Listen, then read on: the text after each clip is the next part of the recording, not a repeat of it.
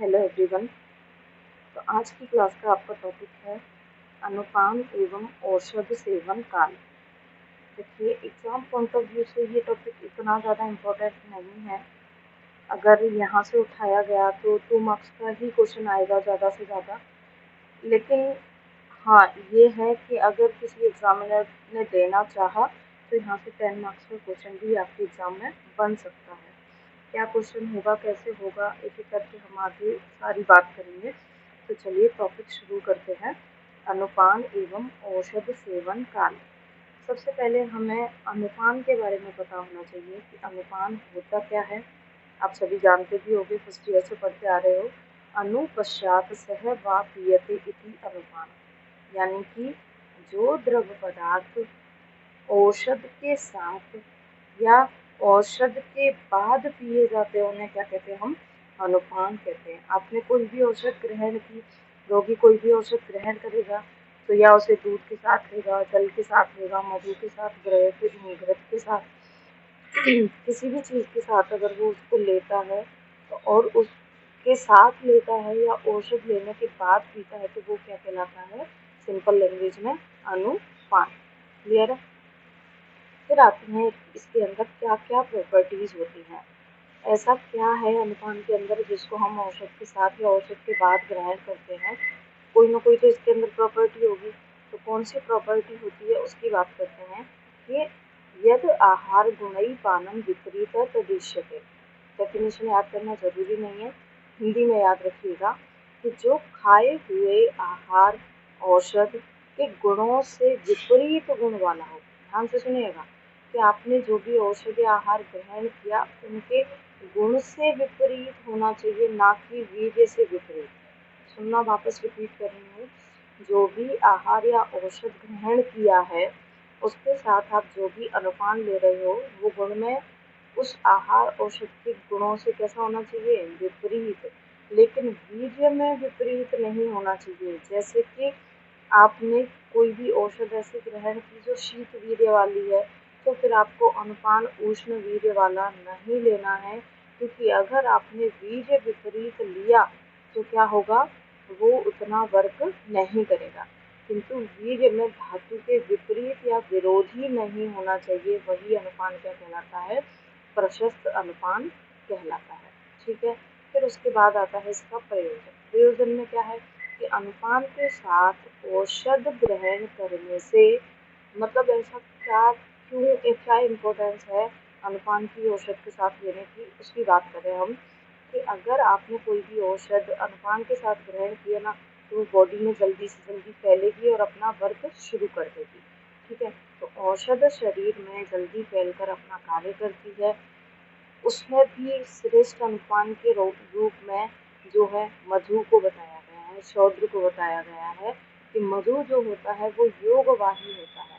योगवाही का मतलब क्या होता है कि ये औषध अपनी प्रॉपर्टी को खोता नहीं है, यानी कि कोई भी औषध या आहार जब भी हम अनुपान के साथ ले रहे हैं तो उसमें मधु अपनी प्रॉपर्टी को नहीं खोएगा, उसकी प्रॉपर्टी के साथ साथ इसकी प्रॉपर्टी भी साथ में ही रहती है। इसीलिए बोला गया है कि ये क्या है, योगवाही है। इसीलिए आयुर्वेद में मधु को श्रेष्ठ अनुपान माना गया है। आचार्य सुश्रुत ने वर्षा जल को श्रेष्ठ अनुपान माना है। चरक तो किसको श्रेष्ठ बोल देता है, मधु को बोलता है, लेकिन वहीं आचार्य सुश्रुत ने वर्षा का जो जल होता है उसको श्रेष्ठ अनुपान के रूप में बताया। क्लियर है बात। अब हम बात करते हैं इसके लाभ की। लाभ क्या है इसके, अनुपान लेने से होगा क्या कि जो भी आहार या औषध ग्रहण की गई है इजीली वो डाइजेस्ट होगी। ठीक है। और क्या होगा, अनुपान से आयु व बल की वृद्धि होगी। क्यों, क्योंकि जो भी इसके साथ औषध ग्रहण की गई है उस औषध की प्रॉपर्टीज उस औषध को जल्दी वर्क कराएगा, रोग जल्दी ठीक होगा। साथ साथ इसके अंदर भी अगर योगवाही प्रॉपर्टीज है तो ये भी अपना कुछ इफेक्ट दिखाएगा। इसीलिए आयु और बल की क्या होती है, वृद्धि होती है। मनुष्य तृप्त हो जाता है। और क्या होगा, अनुपान से तर्पण, प्रीणन, ग्रहण, क्लेदन व पाचन होता है। तो अनुपान ये काम भी कर सकता है, जैसे शरीर को तर्पित करेगा, प्रेरण देगा, ग्रहण कर सकता है, क्लेदन कर सकता है, पाचन कर सकता है। तो ये लाभ हमें अनुपान के द्वारा प्राप्त होते हैं। फिर आता है क्लासिफिकेशन ऑफ अनुपान। 3 वर्गों के आधार पर इसका क्लासिफिकेशन किया गया है, जैसे औषध और आहार के रूप में, रोगी के अकॉर्डिंग और रोग के अकॉर्डिंग। यानी कि औषध और आहार के अकॉर्डिंग अनुपान कैसा होना चाहिए, रोगी के अकॉर्डिंग अनुपान कैसा होना चाहिए, रोग के अकॉर्डिंग अनुपान कैसा होना चाहिए, उस बेस पे इसका क्लासिफिकेशन किया गया है। जैसे औषध व आहार के अकॉर्डिंग क्या है कि अगर मान लीजिए पेशेंट ने स्नेह का सेवन किया है, ठीक है, तो उसको अनुपान कैसा लेना चाहिए, ऊष्णोदक वाला। तो क्या लिखा है, स्नेह में ऊष्णोदक सेवन। तो औषध और आहार के अकॉर्डिंग इस तरीके का अनुपान कि औषध में चाहे आप स्नेह ले रहे हो चाहे आप आहार में स्नेह ले रहे हो, हमेशा आपको स्नेह लेने के बाद ऊष्णोदक का ही सेवन करना है। क्लियर है। फिर आता है रोगी के अनुसार, स्थूल रोगी में मधुदक का सेवन। अगर रोगी स्थूल है तो वहाँ पे मधु के जल का या मधु उदक का सेवन करना चाहिए, क्योंकि मधु में रुक्ष प्रॉपर्टी होती है जो और कसाय प्रॉपर्टी होती है जो स्थूल को क्रश करने में हेल्प करेगा। क्लियर है। फिर आता है रोग के अकॉर्डिंग। मान लीजिए किसी पेशेंट को रक्त पित्त है, तो वहाँ आपको रक्त पित्त शामक अनुपान ही चूज करना पड़ेगा। यहाँ पे आप उष्ण जल वगैरह ऐसा नहीं दे सकते। तो हमें यहाँ पे रक्त पित्त में क्षीर और इक्षु रस का सेवन उस पेशेंट को अनुपान के तौर पर कराना है, क्योंकि क्षीर और इक्षु रस दोनों ही शीत प्रॉपर्टी के होते हैं, पित्त शामक होते हैं, इसीलिए रक्त पित्त को कम करने में आपकी क्या करेंगे, मदद करेंगे। क्लियर है। तो इस तरीके से इसका क्लासिफिकेशन किया जा सकता है। फिर आता है औषध व आहार के अकॉर्डिंग। औषध और आहार के अकॉर्डिंग, अब ये केवल आपको एक बार रीड ही करना है, रटना मत इसको, एग्जाम में नहीं पूछा जाएगा, लेकिन बस आपको एक आइडिया होना चाहिए। ठीक है। तो बात करते हैं, जैसे स्नेह, मैंने अभी बोला कि कोई भी स्नेह का आप सेवन कर रहे हो, चाहे घृत है, तेल है, वसा है, मज्जा है, अगर आपके पास कोई और अनुपान अवेलेबल नहीं है तो हमेशा आपको उष्ण जलपान का सेवन करना है। लेकिन एक एक्सेप्शन है, वो क्या, भल्लातक और तुगरक तेल। पढ़ लोगे आप आगे जा करके। भल्लातक और तुगरक तेल दो ऐसे तेल हैं जिनके बाद कभी भी उष्ण जल का पान नहीं करना है, हमेशा शीतल जल का पान अनुपान के तौर पर किया जाता है। ऐसा क्यों, क्योंकि क्या है कि भल्लातक और तुगरक है ना, ये इतने ज़्यादा उष्ण होते हैं, अगर इसके बाद अगर किसी रोगी ने उष्ण जल का सेवन किया तो जो व्यक्ति है उसके अंदर कई अन्य विकार उत्पन्न हो सकते हैं। इसीलिए सारे स्नेह में उष्ण जलपान का सेवन करना है, केवल इस भल्लातक और तुगरक तेल को छोड़ करके। क्लियर है, इम्पोर्टेंट बात है, ध्यान रखिएगा।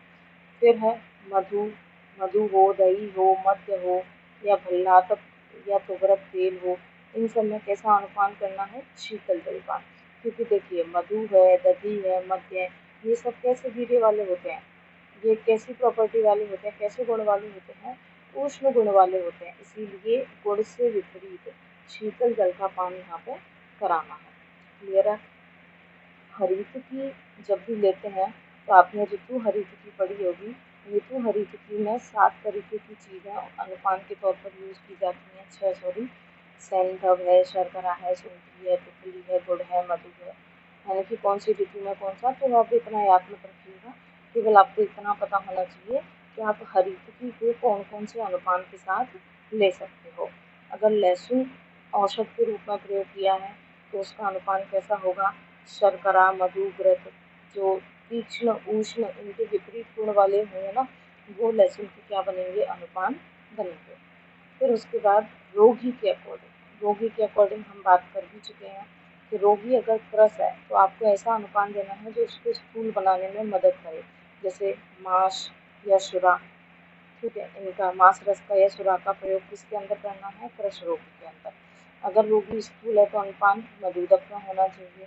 अगर रोगी क्षीण है, बालक है, वृद्ध है, तो हमेशा उसके लिए आपको क्षीर का प्रयोग करना है अनुपान के रूप में। फिर आता है रोग के अकॉर्डिंग अनुपान।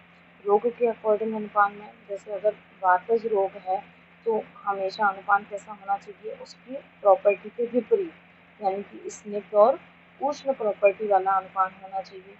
पित्त रोग है, पित्तज कोई विकार है तो मधुर और शीतल गुण वाला अनुपान होना चाहिए। कफज है तो रुक्ष व उष्ण वाला होना चाहिए। ऐसे ही देखिए यहाँ पर बहुत सारे रोग लिखे गए हैं, लेकिन एक बार आपको रीड करके छोड़ देना है, इनको याद नहीं करना है, आपको अपने आप ही याद हो जाएंगे, ज़्यादा जोर नहीं लगाना है। एक दो बार आप पढ़ोगे ना तो अपने आप ही दिमाग में ठहर जाएगा कि इस रोग में हम इस तरीके का अनुपान देंगे।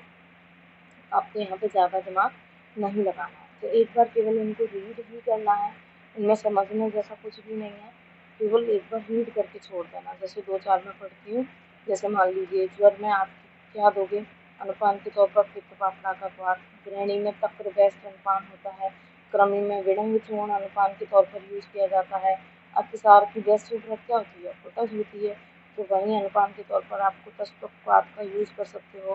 पांडु के लिए जो है रक्त को बढ़ाने के लिए बेस्ट क्या होती है, मंडूर होती है, तो यहाँ पर मंडूर भस्म का, प्रमेय में हरिद्रा को श्रेष्ठ बताया गया है, तो हल्दी चूर्ण का जो है अनुपान ले सकते हैं। श्वास कास की गैस्ट्रिक ड्रग ऑफ चॉइस कंटका भी होती है, यहाँ पे शुंठी या कंटका भी का अनुपान ले सकते हैं। और ये वाला इम्पोर्टेंट है, ये वाला आपको याद रखना है, आमवात वाला। आमवात में अनुपान एरंड तेल का दिया जाता है, और जब मैं आपको आमवात डिटेल में पढ़ाऊंगी ना तब बताऊंगी एरंड तेल वहाँ पर कैसे काम करता है। ठीक है, अभी बहुत ज़्यादा डिटेल में बात नहीं करेंगे वरना ये टॉपिक का टाइम चला जाएगा। तो आपको ये वाला इम्पोर्टेंट है, याद रखना है कि आमवात में हम एरंड तेल का यूज़ करते हैं। ठीक है, तो इस तरीके से ही आप इन सबको रीड कीजिएगा, ज़्यादा आपको दिमाग चलाने की या फिर इनको रटने की ज़रूरत नहीं है। एक दो बार पढ़िएगा, एक बार एग्ज़ाम से पहले पढ़ लीजिएगा, आपको याद रह जाएंगे, और वैसे भी ये एग्ज़ाम में पूछे नहीं जाते। क्लियर है? अगर फिर भी कुछ नहीं समझ में आए तो आप इजीली कभी भी पूछ सकते हो। ठीक है ना?